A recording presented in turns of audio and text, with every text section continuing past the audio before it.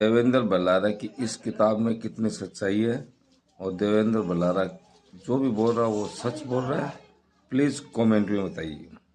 ये कोई मामूली किताब नहीं है जो मेरे हाथ में है। ये वो किताब है जिसका हम इंतजार कर रहे थे और कुछ लोग बोल रहे थे कि किताब लॉन्च नहीं होगी 23 मार्च को, और 23 मार्च जस्ट एक दिन छोड़कर है।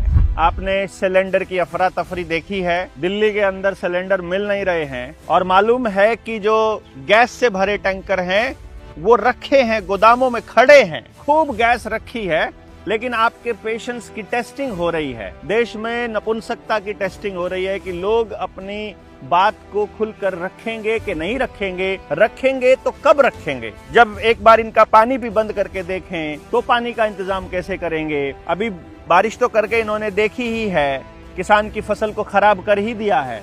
कृत्रिम बारिश होती है, अब तो आपको कोई शक नहीं है ना। हार्प टेक्नोलॉजी के बारे में बोल रहे थे, भूकंप भी ला सकते हैं, अब तो आपको कोई शक नहीं है ना। भुज का भूकंप याद होगा और बहुत सारे एक्सपेरिमेंट्स याद होंगे। फॉल्स फ्लैग्स आपने खूब देखे होंगे। 9/11 का हो गया, चाहे अमेरिका का, जिसके बाद मुसलमानों के खिलाफ एक पूरा नैरेटिव खड़ा किया गया, या उसके बाद के नैरेटिव्स देख लीजिए। आपने कश्मीर में जो जम्मू में बॉम्ब ब्लास्ट हुआ पुलिस थाने में, वहां पर जो सबूत थे वो कौन से थे? दिल्ली के बॉम्ब ब्लास्ट के। वो बॉम्ब ब्लास्ट कब हुआ? बिहार के चुनाव से पहले। और अभी बंगाल के चुनाव भी होने हैं, अभी तो पंजाब में चुनाव होने हैं। तो अभी तो देश के अंदर दंगे, सिखों के खिलाफ हिंसा, नफरत, इसका गेम चलेगा खूब, ये तो आपको मालूम ही है। लेकिन ये जब चले, उस दौर के बाद जब जनता भड़के, उस भड़कने के बाद किसको गाजगद्दी देनी है, ये भी उन्होंने पहले से तय करके रखा हुआ है और विपक्ष उसके लिए चुप बैठा आराम से उस खेल को देख रहा है। कुछ भी बोलने की हिम्मत विपक्ष की नहीं है। परंतु देश में कुछ लोग हैं जो चीजों को समझ रहे हैं। ये जमीनों को हथियाना चाहते हैं, हम जमीनों को बचाना चाहते हैं। ये गांव से बेघर करना चाहते हैं, हम गांव की व्यवस्था को दोबारा से स्थापित करना चाहते हैं।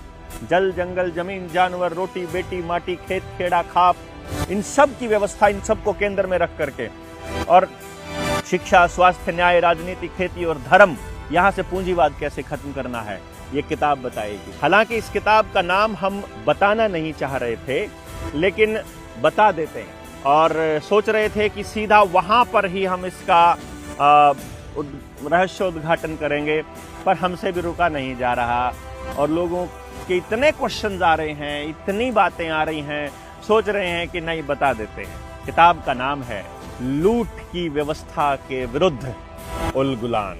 उल गुलान, उल गुलान, उल गुलान शब्द बहुत से लोगों ने पहली बार सुना होगा। एक बार कमेंट में उल गुलान लिख डालिए अगर आप सचमुच उल गुलान के पक्ष में है। उल गुलान 1899 1900 में, यानी आज से आप समझ लीजिए तो 125 साल पहले, भगवान बिरसा मुंडा ने सभी आदिवासी समाजों को इकट्ठा करके अपने जल, जंगल, जमीन, जानवर की लड़ाई लड़ी थी, और उस महाविद्रोह का नाम रखा था उल गुलान, जो भारी फेरबदल का खेल था, जिसमें अंग्रेजों को भगाया था उन्होंने अपनी जमीन से।